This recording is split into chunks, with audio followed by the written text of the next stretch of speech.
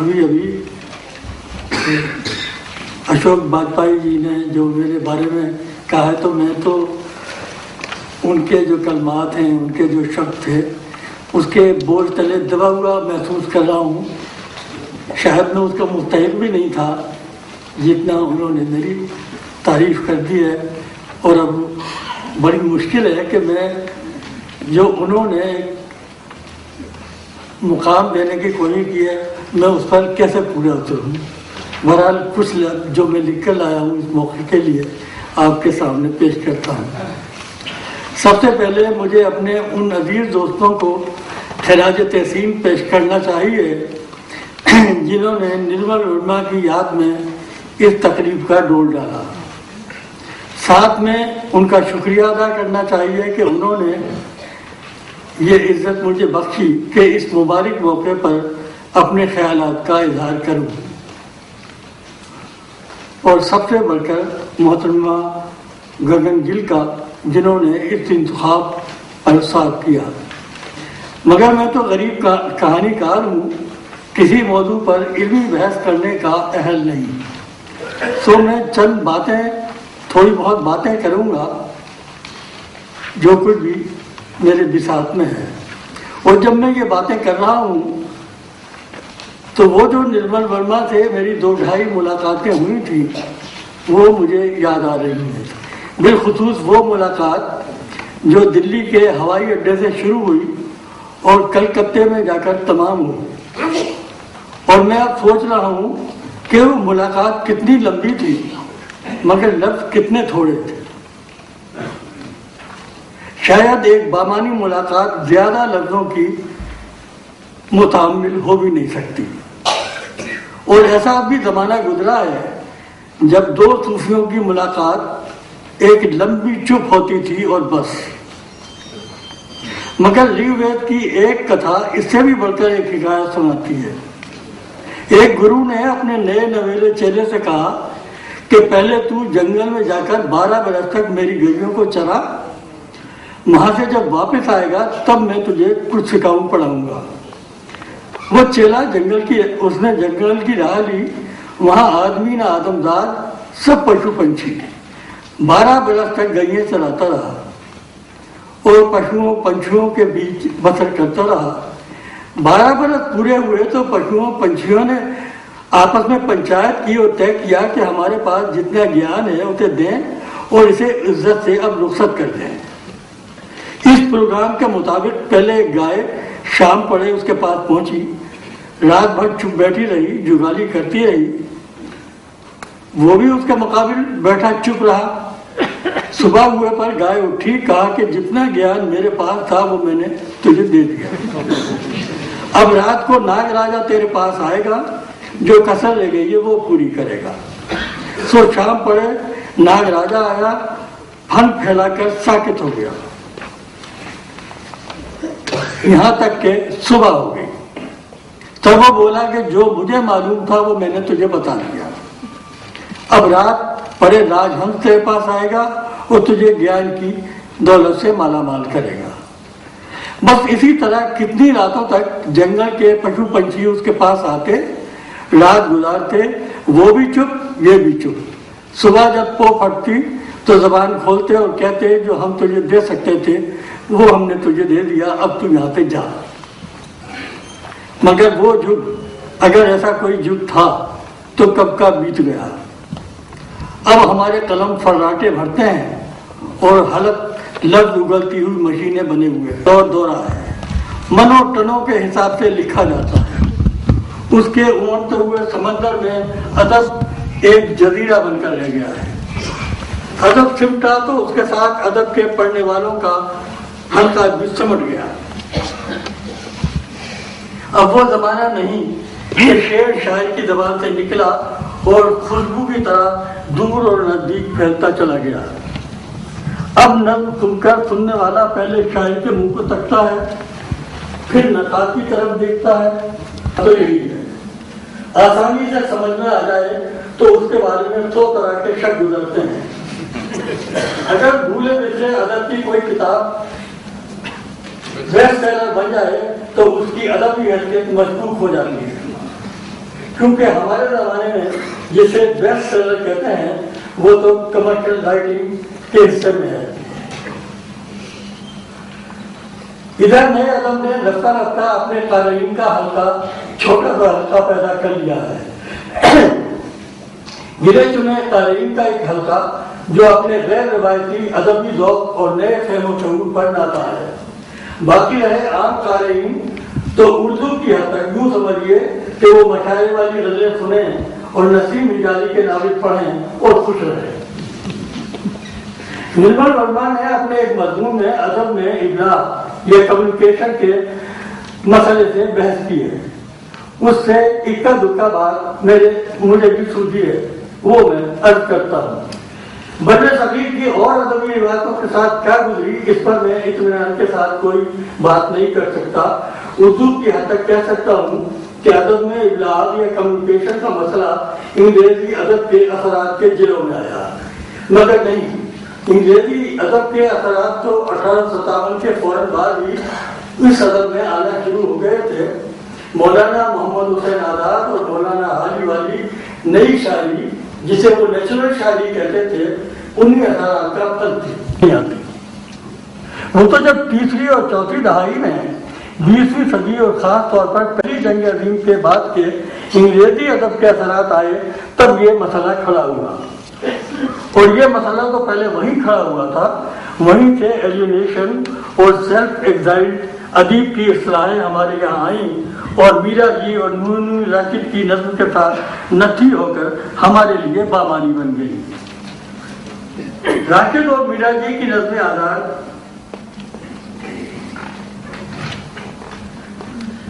اور فیض کی نظم مورا پر شور پڑا کہ یہ کیسی شاعری ہے کہ نہ قافیہ نہ نظمی، الٹے سیدھے اردو میں آیا. اس پر اعتراض بس یہ ہوا کہ فوج ہیں اور ہماری اخلاقی اقدار کا مذاق اڑاتے ہیں.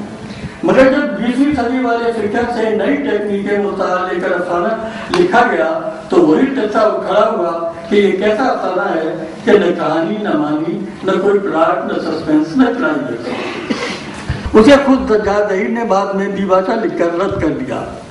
ترقی پسند تحریک مطمئن ہو گئی مگر جدیدی ہے ماڈرنسٹ اس نئے طرز بیان کو لے اڑے اور پھر آگے چل کر اسی افسانے سے اس افسانے کا شگوفہ پھوٹا جسے علامتی تجریدی افسانے کا نام دیا گیا، کہہ لیجیے ایبسٹریکٹ اور سمبولک. اور اسے ہوا دینے والوں میں ایسے نوجوان بھی شامل تھے جو انقلابی ہونے کے دعوے دار تھے. مطلب یہ کہ ترقی پسند تحریک کے ہوتے ہوئے گورکی برانڈ والا افسانہ پیچھے رہ گیا اور وہ نیا افسانہ جو سماجی حقیقت نگاری کی ضد تھا دور پکڑ گیا. عام پڑھنے والوں کے حلقوں میں اس افسانے کو مقبولیت حاصل نہیں ہوئی مگر عام پڑھنے والے تو نئے ادب کے ظہور کے ساتھ ہی اپنی ساکھ کھو بیٹھے تھے. اس لیے اب ان کی پسند اور ناپسند معنی نہیں رکھتی تھی. وہ جو گنے چنے قارئین کا ایک حلقہ پیدا ہو گیا تھا اب اس کی رائے زیادہ مانی جاتی تھی. اس افسانے کو سمجھنے کا مسئلہ تو ان کے لیے بھی پیدا ہوا مگر انہوں نے یہ سوچ کر اسے سر چڑھایا کہ یہ نیا افسانہ نئی شاعری کی طرح جدیدیت کی نمائندگی کر رہا تھا.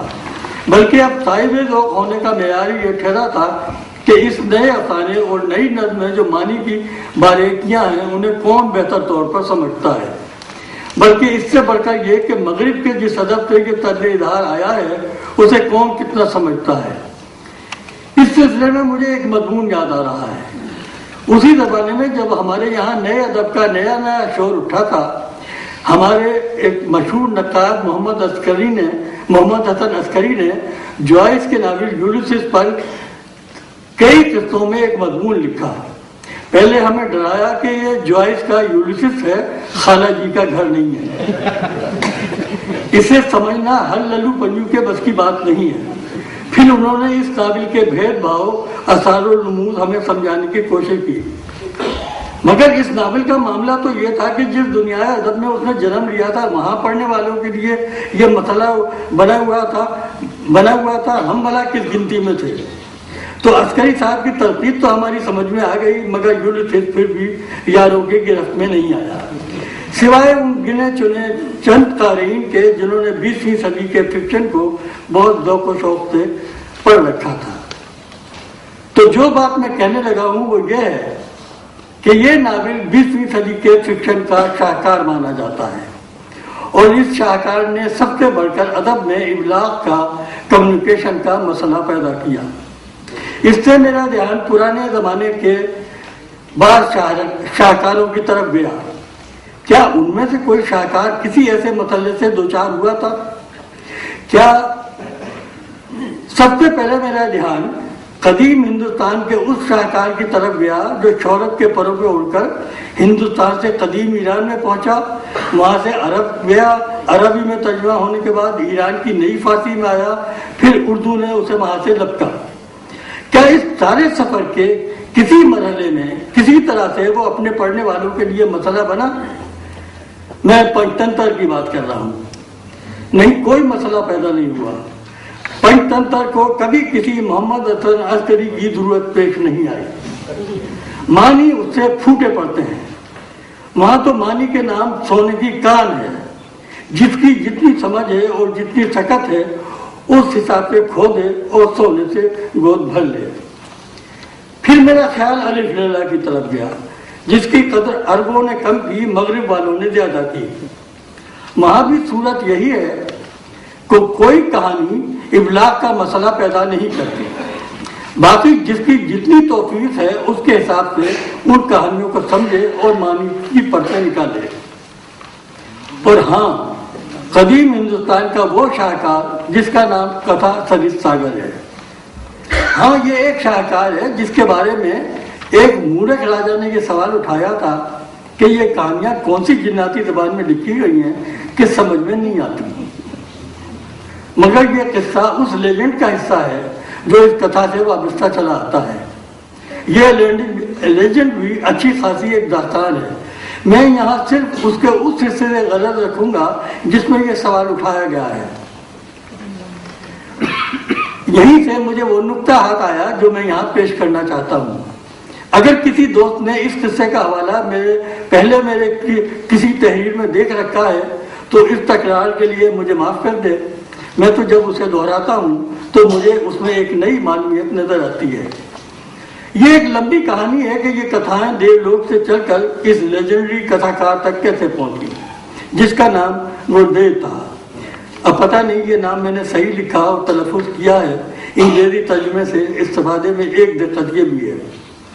اس نے جنگل میں بیٹھ کر یہ کتھائیں قلم بند کی۔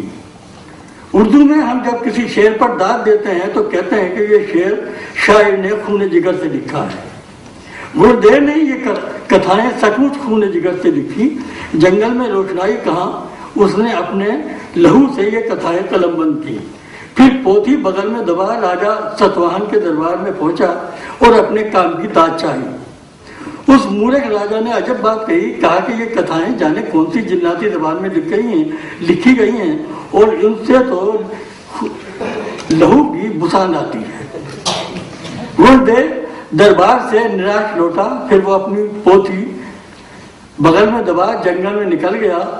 وہاں پہنچ کر اس نے ایک کلاؤ گرم کیا اور پھر ایک ورق اٹھا کر پہلی کتھا اونچی آواز میں سنانی شروع کر دی۔ اس کی آواز سن کر کتنے پنچھی درختوں سے اترے اور اس کے گرد آن بیٹھے۔ کتنے چوپائے، ہرن، خرگوش، نیلگائے، بارہ سنگے دوڑتے دوڑتے ٹھٹکے اور پنچھیوں کے ساتھ آن شامل ہوئے۔ کتھاکار یہ کتھا سناتے سناتے رونے لگا۔ ان پنچھیوں نے بھی رونا شروع کر دیا۔ جب کتھا ختم ہوئی تو اس نے وہ ورق الاؤ میں جھونک دیا۔ پھر 40 دن تک وہ یہی کرتا رہا۔